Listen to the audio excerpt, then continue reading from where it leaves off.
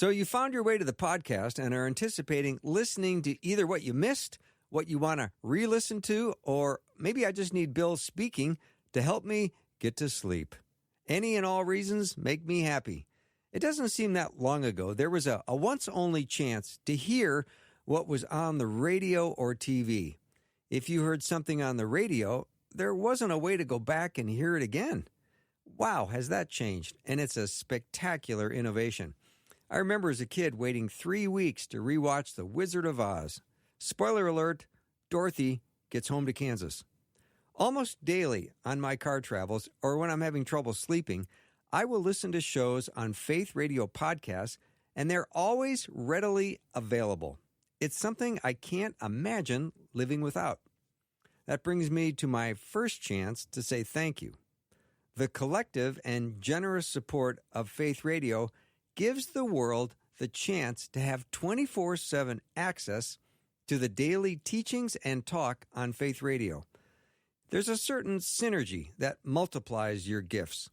God is a God of small and large and enormous and infinite. Your love, prayer, and sharing of resources is making it all possible. We're taking this week to share about the mission and ministry of Faith Radio, and we invite you to join the support team. Give at myfaithradio.com or by clicking the link in the show notes. Thank you so much, and enjoy the podcast. No reservations needed, and walk-ins are welcome. Oh, don't you know, it's the Bill Arnold Show. It's Bill.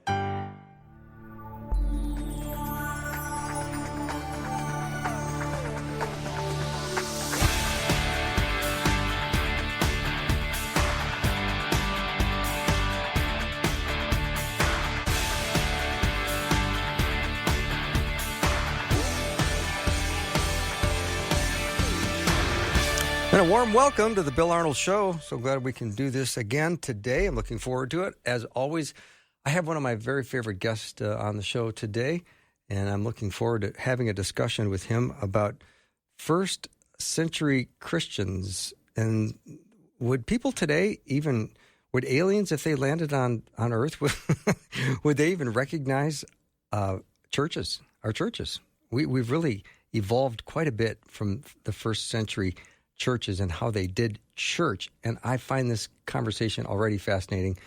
And J. Warner Wallace is my guest. You can learn all about him at coldcasechristianity.com and definitely check out his latest book called Case Files, Murder and Meaning. You will love it. So, Jim, so glad to have you back.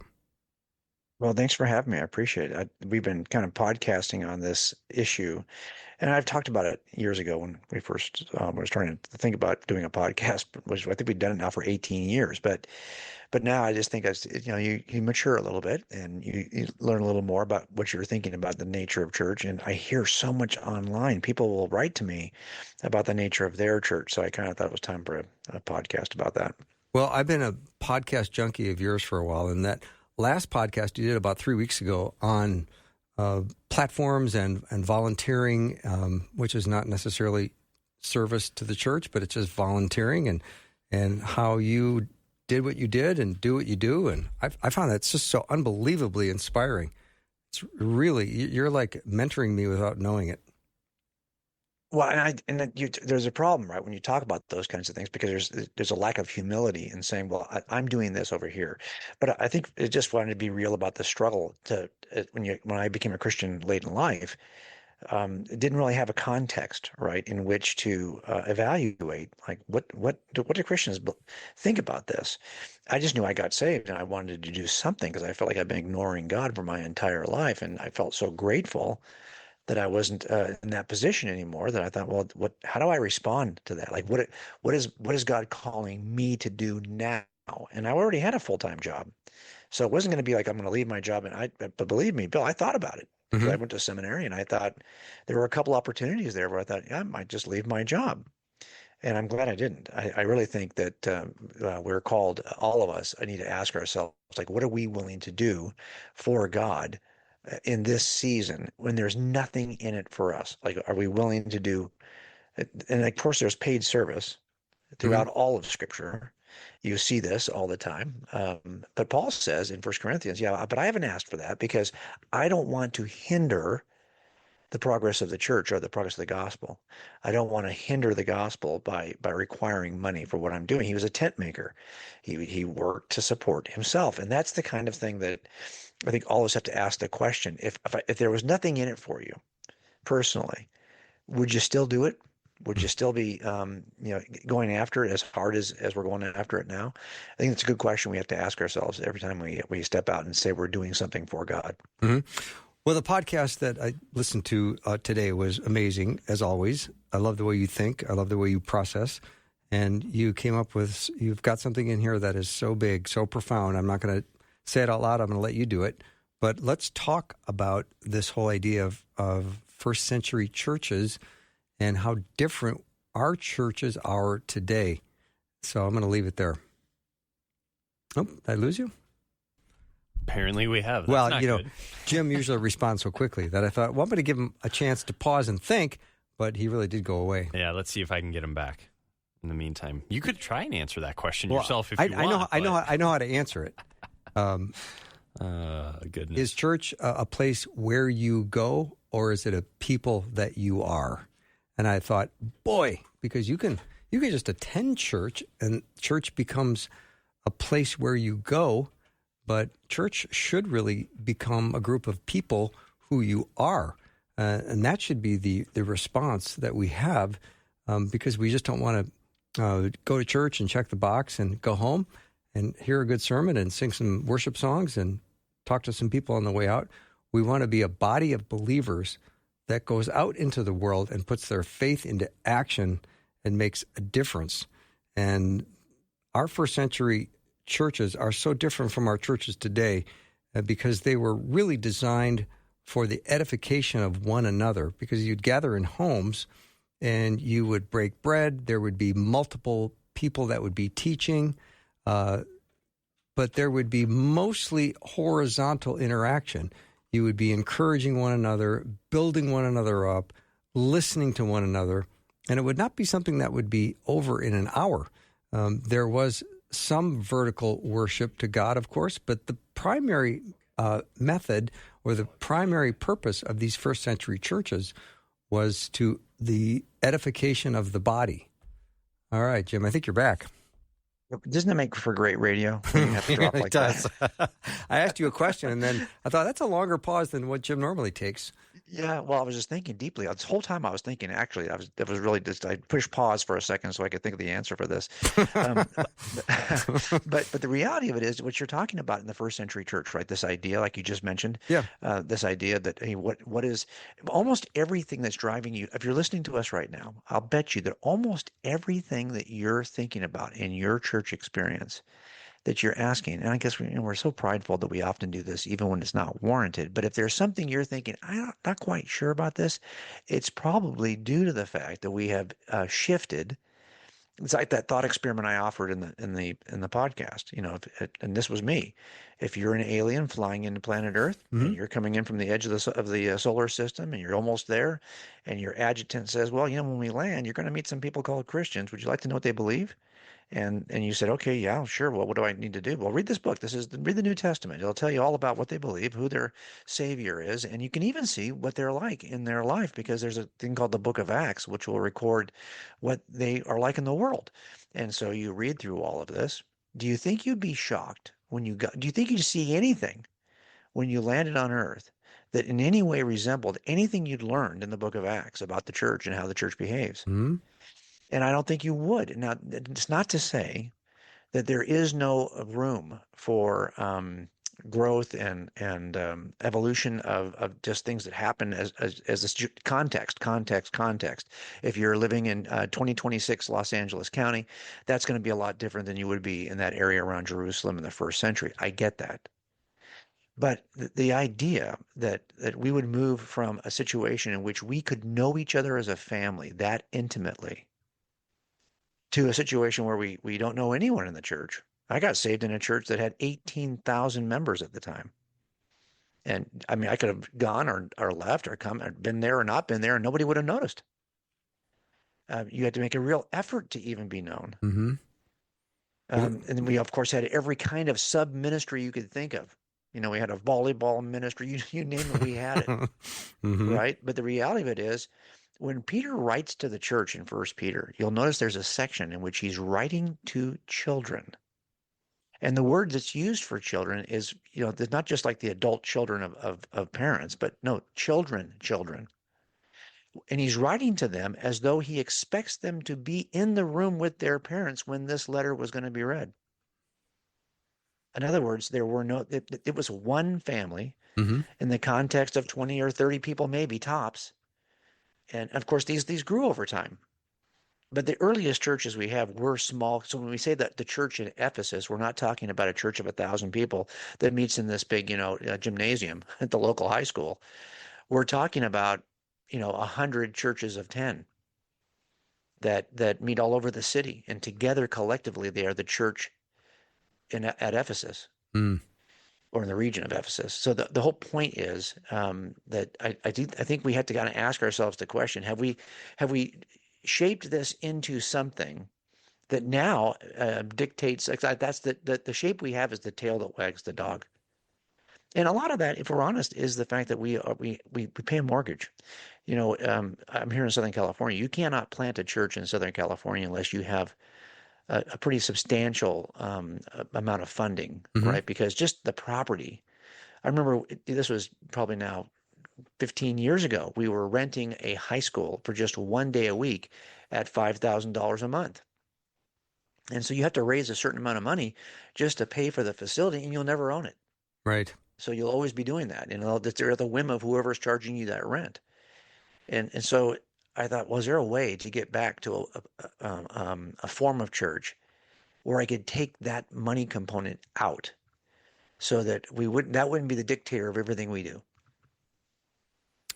So, do you think, Jim, that the model that we have today is turning us into passive spectators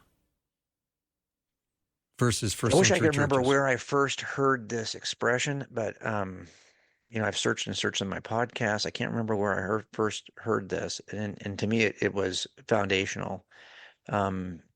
It's the difference between a church that is a place where and a church that is a people who. Mm-hmm. Because when we think of church now, we think of it as a place where we go to hear a message, or a place where we meet for Sunday school, or a place where we worship, instead of a people who have been equipped to change the world, basically, and share the gospel with others, to share the hope they have, to share the gospel with those who don't know it yet, to be a light in dark places, and that this is a people who have been equipped for such a purpose.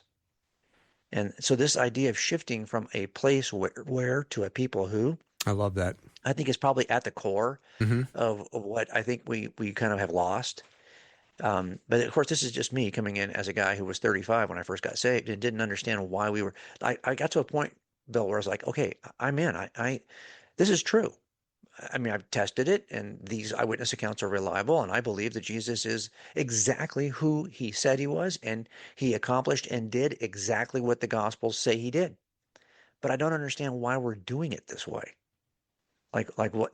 How does that end up over here, where we are really? And let me tell you how I really realized it. I was a youth pastor, and my goal was to get our students to become a people who, rather than have our youth group room be a place where. Mm-hmm. So part of it was preparing to regularly go out into the community and serve and influence and be a light in dark places. And I would take my kids on the day we would typically meet for church. I would take them down to Skid Row. And there's a church in Skid Row we would partner with, and we would reach out to people who are living on Skid Row in Los Angeles. And I recognized early on that if you if you're a church leader, ask yourself this: if you planned a missions trip like that and you put it on like a Wednesday or just a day you don't typically meet, how many people in your congregation are actually going to join and do it? It's like 20%. But if you put it on a day when you would meet anyway, you'll get like 80% because they were planning on going to church anyway. So I would plan these trips to Skid Row on the day that our church would meet. And at some point, the lead pastor came to me and said, "Hey, you can't do that anymore because you take so many parents with you because it's kind of a risky trip and you need a lot of adult supervision that those folks don't like double tie the next week. They don't make up for, and we collect here in person. So we're actually like impacting our financial ability to keep the church open because these folks they just don't tithe that week. They don't give a donation that week, and the next week they don't double up. Mm-hmm. So now we're 1 week short for all of those adults. And I thought, oh my goodness. So here we are, allowing. I mean, we have to pay a mortgage. I mean, what he's saying is absolutely true. We had the smallest minimal staff you could possibly have, so it wasn't a staff issue as much as it was a mortgage in a Southern California issue, and that was Mm-hmm. because we were trying to house where can 300 people meet? It can't be in your home because we've decided that we're going to move toward these larger churches, and we've moved away from a first century model, and now we have a financial consequence of that. And so this is why when I planted a church, I knew I had to do a church I called Free Church. We're going to plant this. We're going to have no mortgage. We're going to have no bills. We're going to have no paid staff. It's just going to be 100% free. And we're going to want people to be delirious givers, but that money's not going to go to us. We're going to use that money once a month to go out and serve in the community and usually partnering with a ministry that was doing work in the community already. And we said, hey, we'll bring you. We had a church of about 50, and that's as big as we could have because I blew out a room in my house and did it in my house for 6 years, and that's all we could do was about 30 to 50 people. And if you had more than that, you start another group, but you can't be in charge of that. You're one of the many groups in the city that are the church in our city. So interesting. So this home church you had, were there a bunch of people that were developing their gifts, their ability to speak and teach in the context of this church group? Yes, and I'll tell you, I made some mistakes early on. So, I'm like everybody else. I got saved in a huge church. I served for about 5 years as a youth pastor in a medium-sized church, and then that church merged. So I knew that the other church that was going to merge with our church, they had a youth pastor already. I was Mm-hmm. just a volunteer. I was never being paid. So I knew that, hey, that guy needs a job. I don't. I have a job. I'm working as a detective. So I said, tell you what, this is a good time for me to step out. So you already have a youth pastor over there. What if I took all of our seniors and I planted a church for young adults? And so my church was all like college age students. So we took those and we had about 30 to 50. And that's how we started. Now, when I started, I mistakenly thought, well, I can just pull this into this free church setting and we can change the ethos of this. No. So we were not house churching. We were just doing a church in a house. Very different. In other words, there were still 50 chairs facing forward to a guy who's teaching them. Mm-hmm. The same, so that had to change. I needed them to step up. Now it happens organically, but a lot of it has to be intentional. So in other words, rather than prepare a 40-minute message, I knew that this is going to rabbit trail really quick because someone's going to raise a hand in this setting, like a small group. Say, well, hold on, what about this? Well, I'm not going to be able to jump back into my sermon. I blew it, I suppose, but instead I want to follow where he or she just led us. So I prepare like 10, 15 minutes, and then who knows where this is going. Mm-hmm. And then it takes off and it goes in that direction. When it comes time for prayer, that might be 35, 40 minutes because everyone's got something they want to pray about. We want to pray with them. Someone's sick. We need to lay hands on people. These kinds of things would happen in that setting. Why? Because we have one meeting. It could go 3 hours, Wow. but we have one meeting and there's no boundaries. It's all, and some people didn't like it. I'll tell you why. We had a lot of the parents of these college students that wanted to join us. And so as these college students start to have babies, our house became very chaotic and we weren't going to separate. We're a house church. We're going to be in the same room. And it became really, Mm-hmm. for some people, it was like, no, this is too chaotic for me. Mm-hmm. No problem. There's lots of churches in the community. I can help you find one. But this is how we're going to do it here. We are a family. We meet in this room. How about take that baby on your lap? Walk around in the back of the room for a while with them, so that everyone's here to help everybody else. And that's kind of the approach we took. But I actually had to call a guy who had more experience in this than I did to say, how can I move these folks to stop being, now they're seeing this house as a place where. Ooh, interesting. How do Yeah. I move them to a people who? And here's what he said: get off the platform, get off the front of the room. You need to get other people involved and equip them to do what you think you're supposed to do. Mm-hmm. And that's very biblical, right? It says It that is. Paul says that some are pastors, some are teachers, some are evangelists to do what? To prepare the church to do the work of ministry, not to do the work of ministry, but to prepare the church to do the work of ministry. So we have to stop thinking, well, every church you've probably ever been in, it's a 20-80 proposition, right? Yeah. 20% of the people do the work and then 80% of the people will stand around and watch. Yeah. Well, this can't be that kind of place. There's no place to hide here. If you're going to be part of this group, they're going to know who you are and what you contribute. Mm-hmm. It's not a works-based thing, but it's just that, hey, this is what we're called to do, to be a people who. And then you got to start Love thinking it. about, well, what are the opportunities I'm providing? You had to provide opportunities where you're not in that room. Yeah. Hey, Jim. Like the room is there to prepare you to go live life a certain way. And that's why I think you have to take the mortgage out, because you have to get people equipped and have no bills to pay. So if they don't contribute a dime that week because we're busy serving someplace, it doesn't impact you. All right. I love this conversation, but I'm getting this look from Wyatt that says if you don't take a break, there's going to be a problem. Right, Wyatt?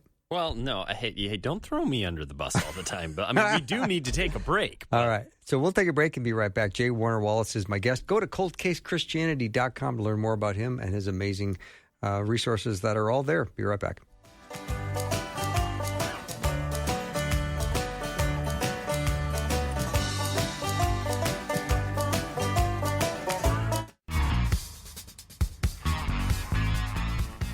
Here's a question. Would first century Christians even recognize what we call church today? That's our discussion with J. Warner Wallace. And Jim, I love the comments you were making prior to the break about developing other people, their talking, teaching, leading skills, because that's how we're equipped to go out and be useful for the kingdom.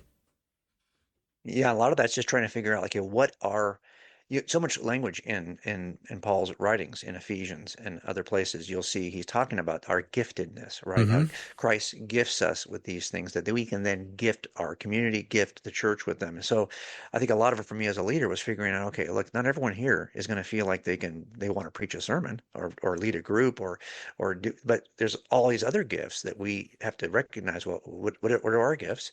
And then how, as a leader, how do I make sure that you're getting a chance to scratch that itch? How do I make sure I put you in a place where you can use the gift that God has given you? Because, by the way, if you use your gifts, it's so satisfying in a selfish way when you feel like, hey, I'm in my sweet spot. This is something I can do, that I think it makes a difference in how well you perform at anything. So, even in terms of your service to the church. I would agree. And when I think of the edification of the body, building one another up, and other people would show up at these home churches in the first century, and they would know then how to share their faith better, and they would feel more confident. I mean, otherwise, you go to a church where you talk about it's a place where you go. You might go every Sunday for 20 years, and 20 years later, you still can't articulate your faith or share it with somebody, and you haven't learned anything too practical. Yeah, I used to say when I had the church in our house, I used to say, we've kind of gotten to a version of this where it's kind of like a restaurant version, right? Where we go and we like things about the restaurant. Is the food good? Is the service good? Is it in a good location? These are sometimes the kinds of ways that people church shop, right? They church shop like, well, it's close to home. I don't like this other thing, but the 6 things I'm looking for, it's got 5. Rather than, hey, is this a place where I can become, where people are encouraging me to be the best version of me I can be, so that at the end of this, I will stand before a holy God and be the best version. And the church has helped me do that. Not that the church is here to serve you, okay? But it turns out that when you serve Christ, it changes you.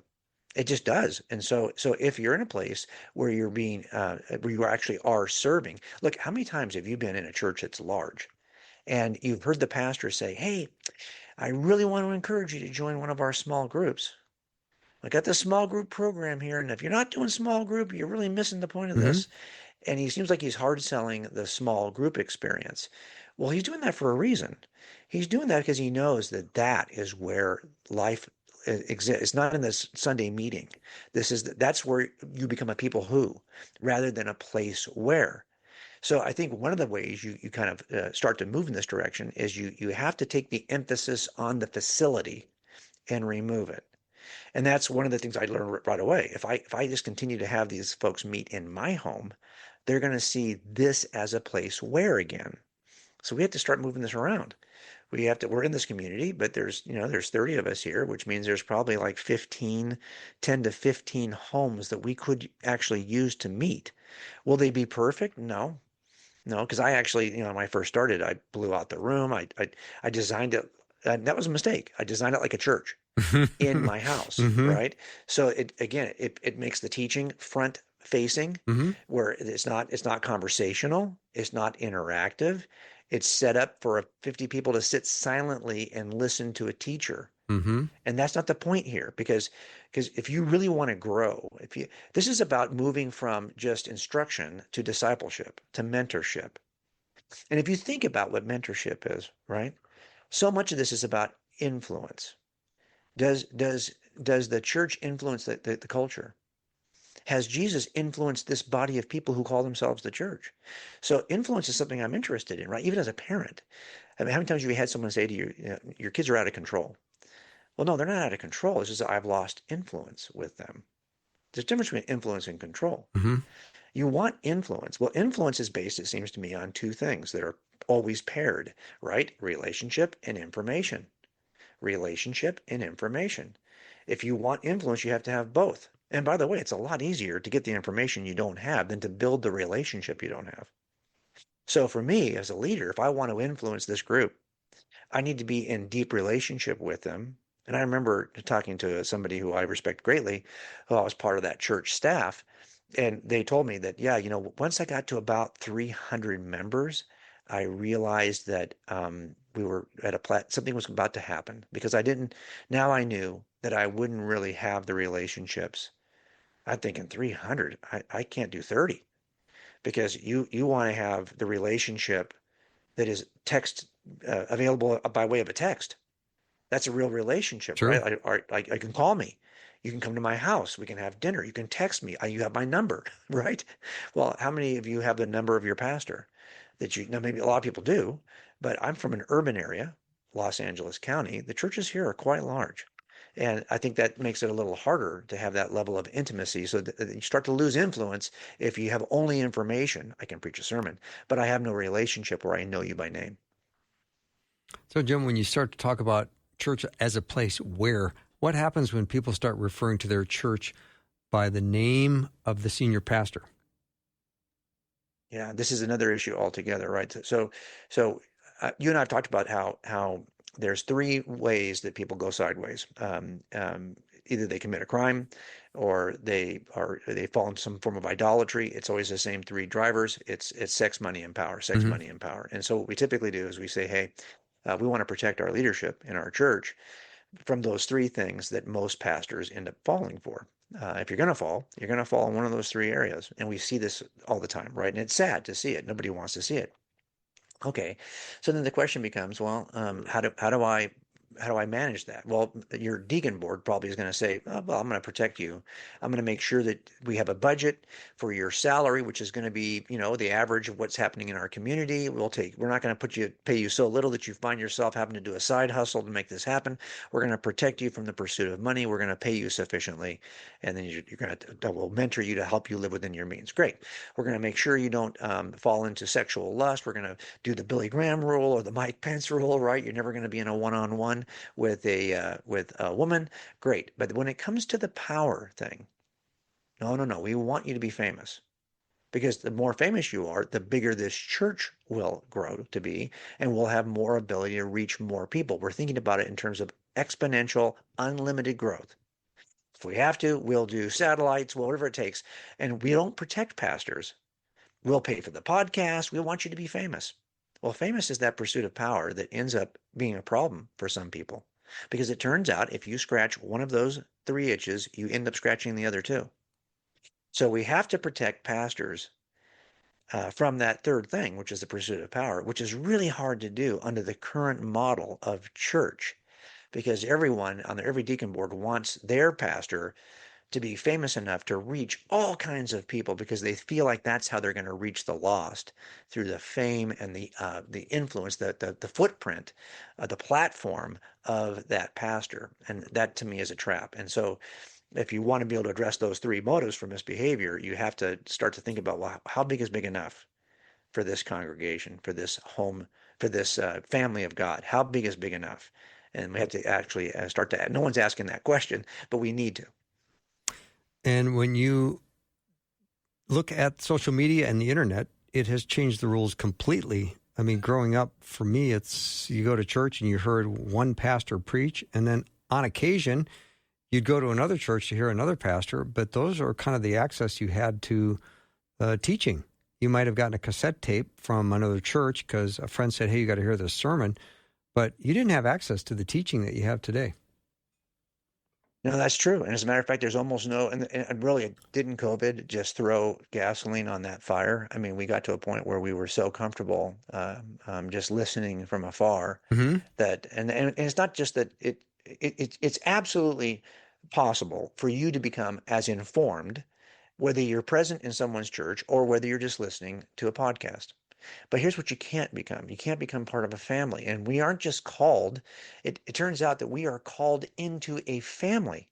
We are saved into a family. Because that's in that family that you actually learn humility and you learn how to be part of a family. And that's part of what God wants for us. But I think it's become too easy. And especially I'm a Christian speaker. So I was constantly gone on Sundays. It put me in this terrible habit of having an excuse not to be part of a local church community because I was never available on Sunday. That was always my excuse. Yeah. I'm available like maybe one Sunday a month, and that's the Sunday I feel like I need to decompress. So now Yeah. I'm going to church, one every 2 months? Yeah. Come on. Mm-hmm. I could say, well, I'm in church every single week, just not this church. Yeah, right. But that's not the same. You're not part of a family anymore, and there's the biggest problem. All right. We'll take a break and come back. J. Warner Wallace is my guest. Learn more about him at coldcasechristianity.com. If you have a question or comment about our conversation, I'd love to hear it. The text line is open, 877-933-2484.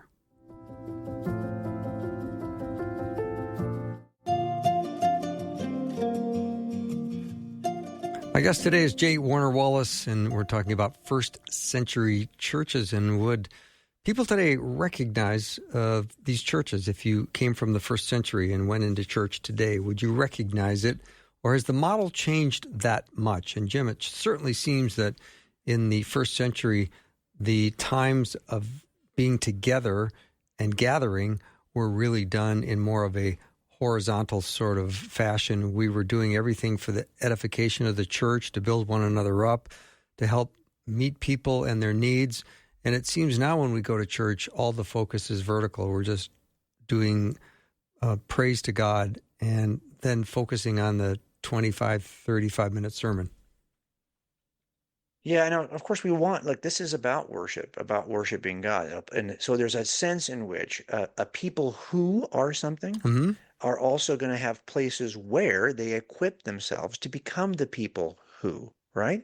So I don't want to make it sound like it's an either or, but it definitely has shifted. I think our experience typically of church is this is why you find so many people who are comfortable as Sunday attendees. Right. They'll turn. And so you'll even look and say, well, how do we know who? It's really hard to measure Christian commitment if not in one of these few ways. Like, how do you measure it? If you see polls, we'll talk about, well, how many people get divorced? Well, who's really a committed Christian? Well, how do I measure that? Well, do you go to church every Sunday?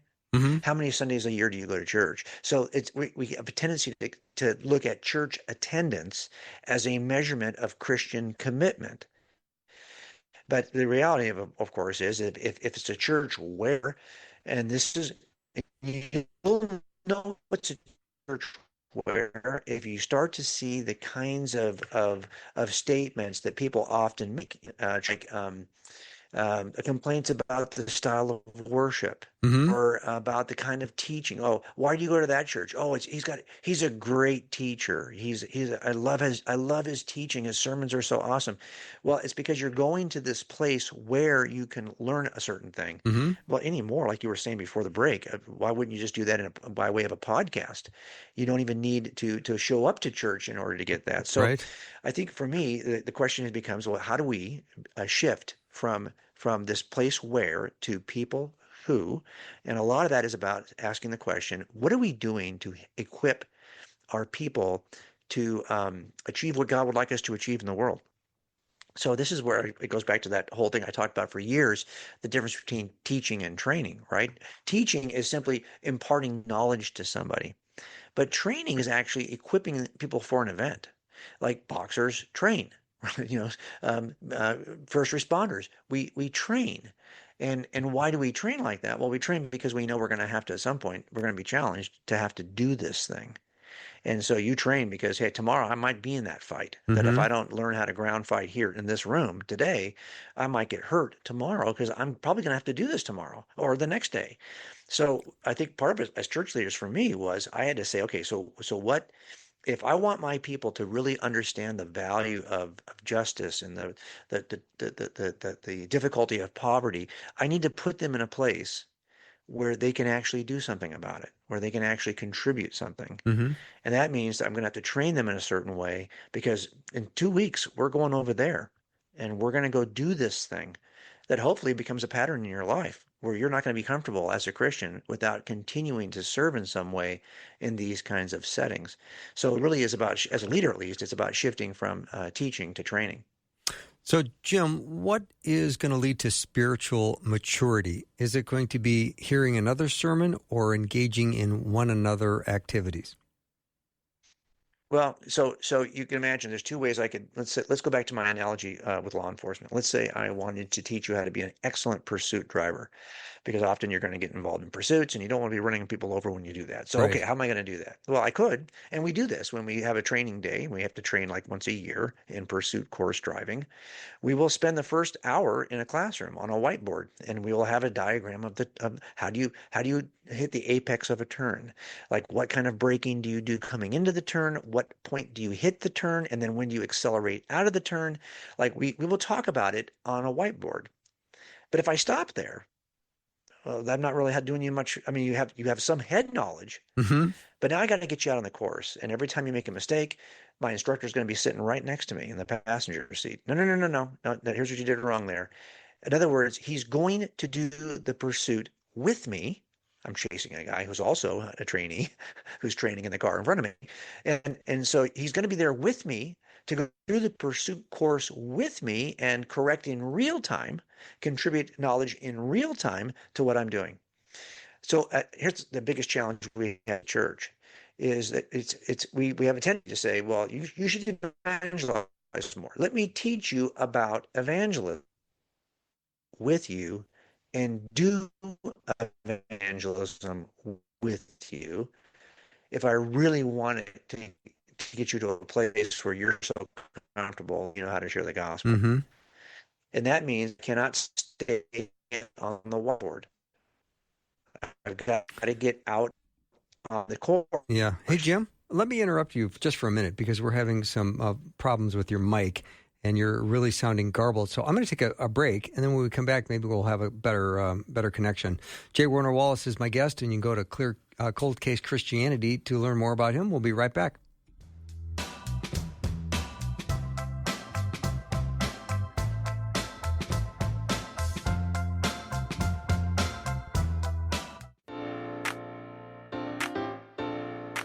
I'm back with J. Warner Wallace, probably with a much better connection.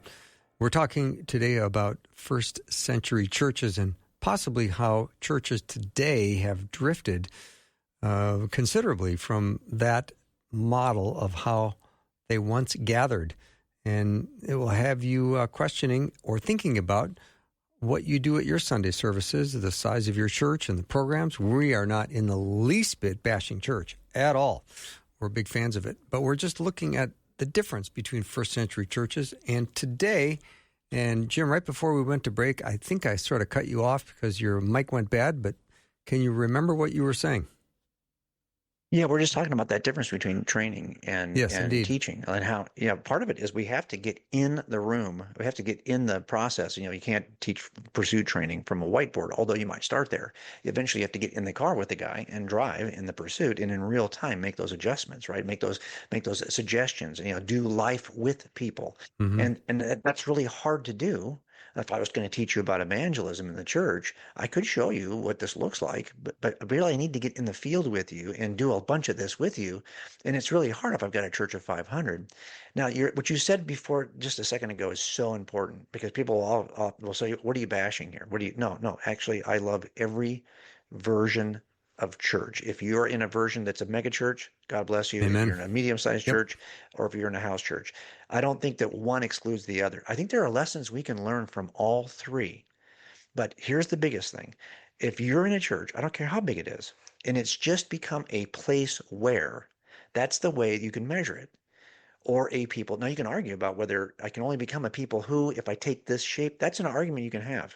And you should have that argument. You should be thinking about that. But the bigger issue is, are we called to be a place where, or a people who? It's as simple as that. And I think scripture is pretty clear that we are called to be a people who. Then ask yourself, well, is the setting I'm in right now conducive to doing that, or is it really designed to accomplish something else?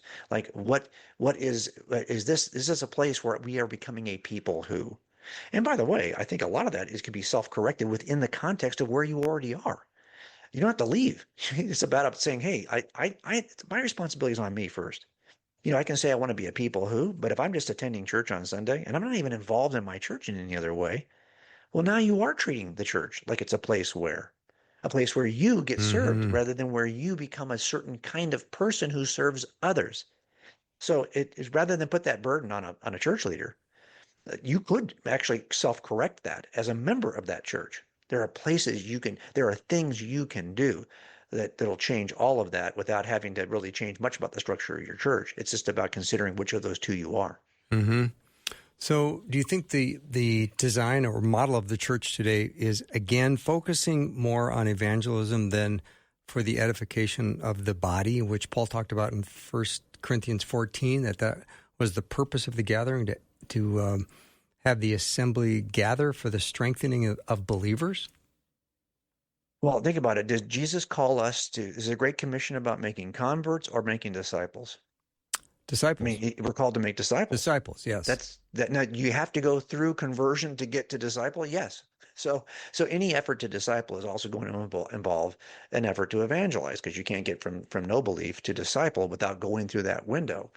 So there's no doubt that one involves the other, but the end goal is not conversion. The end goal is to help people to become the version of that they're supposed to become, that they're called to become before a whole. There's a reason why the Christian church, the Christian worldview, is responsible for more universities than any other world group combined. As a matter of fact, Christians have opened and closed more universities in the course of history, the modern university as you and I know it, than every other group has opened combined. We've closed more. Why do we lead the way in upper higher education? Why has it always been that way? Because it turns out when Jesus comes and says, go make disciples, that means you're going to have to teach them something. He is inaugurating a Right. teaching worldview that is going to do more. And to become a disciple, I'm just reading in First Peter, and the same thing as Paul says in Philippians 2, 5 and 2:11, is have this attitude in yourself, which is also in Christ Jesus, right? Mm-hmm. Who was a servant, who humbled himself and served others, even to the point of death. Peter does it even more explicit, that we're going to suffer the way that he suffered. But that's because we're expected to be out in the world, a world that is so deeply fallen and rebellious that it doesn't like us when we're there. Like, it feels uncomfortable, because we just, our example alone is calling them to repentance. And that's the kind of people we're supposed to be in the world around us. And this is why we are called to be disciples. You become a disciple when you actually act in the world, and that's what we're called to do. Mm-hmm. I remember, Jim, the one and only time I went to Zion Missionary Baptist in Watts in L.A., and the Reverend Evie Hill was the pastor. And I think it was the first real black church I had been to. And I sat there, and when the service ended, I looked at my watch and I went, I don't want it to be over. And I had been there 3.5 hours. And I could not believe that it was still going strong as far as the body, because we were doing church together. It was something unlike I had ever experienced. And I can tell you that's the kind of thing. That is the kind of thing that you see all the time with people who are trying to push this toward people who rather than place where. Right? Because if it's a place where, you're going to be there for 10 minutes and think it's too long.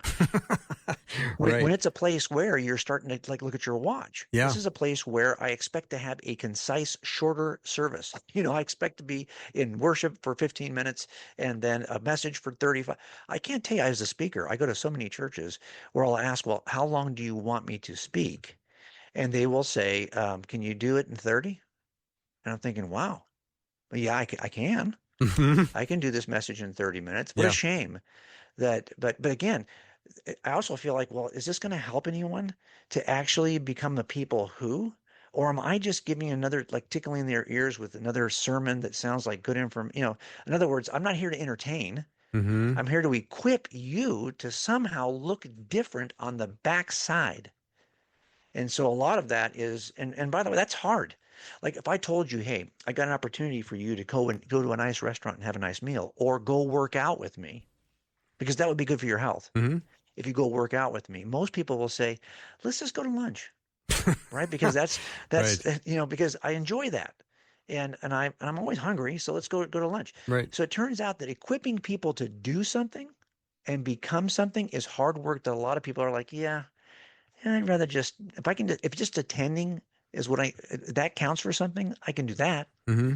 But I'd rather not do the heavy lifting. It feels like a gymnasium experience. That's so true. It's so true. Well, Hey, by the way, Bill, can you hear and everyone I'm sure in the audience can hear as I'm running from room to room? I can't hear it. So I have my fine. grandchildren, during the week, and so this is my life now, is being Opa, and it's, of course, they're all up from their naps. So this is why my internet connection. We're probably going to move our day to the one day I don't have the kids, so we can do this without. That's fine. I love that you're willing to do it, even with a house full of grandkids. Anyway, it's really nice. Yeah, it's awesome. By the way, this is the best for anyone who's listening. You already know if you're a grandparent, but don't work through that season. Try to be available and present for your grandkids, because there's nothing better. Anyway. Mm-hmm. And tell me, Jim, again, how old your grandkids are? 3 and 1. Oh, God. That's amazing. And by the way, just so you all know, it's so much easier to take care of a 3 and a 1-year-old when you're in your 30s. Oh, my goodness. but slap 30 years on this now. Mm-hmm. And I'm feeling like, who takes the first nap during the day? You. It's me. Right.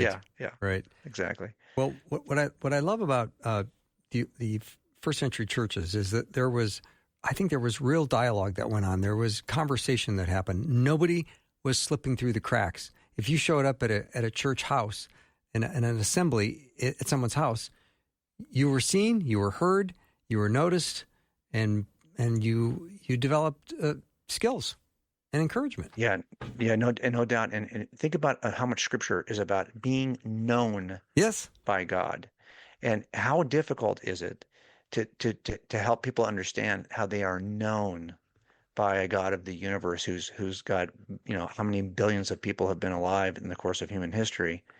If you don't feel like your own church knows you, if you don't feel like you're all that well. And so that means we have to be in a place where we're so comfortable that I am willing to show you the real me, not the stage version of me that I kind of polish up for 1,000 people, but I mean show you the messy side. And also you have to be so comfortable that you're willing to show me. And it's not a game we're going to play anymore where we're just going to come on Sundays and show each other a version that's not true. I think that's more likely to happen in smaller groups that feel like family units than it is in stage audience type of places where. Yeah, Jim, thank you for supporting me in my show. You are such a great guest, and not only that, but every time you say yes, I learn a lot, and you've inspired me. I spend time at coldcasechristianity.com. I listen to your podcast. I read your books. You're just a real little mini mentor of mine, so thank you. Well, Bill, thank you so much for being patient with my bad connection today. I promise to do better next time. Well, I appreciate it. Have a great time with the grandkids, and we'll talk again next month. Thanks so much, Bill. You bet. J. Warner Wallace has been my guest. Learn more about him at coldcasechristianity.com. That's coldcasechristianity.com. That's all the time we have. Have a great night, everyone. See you tomorrow.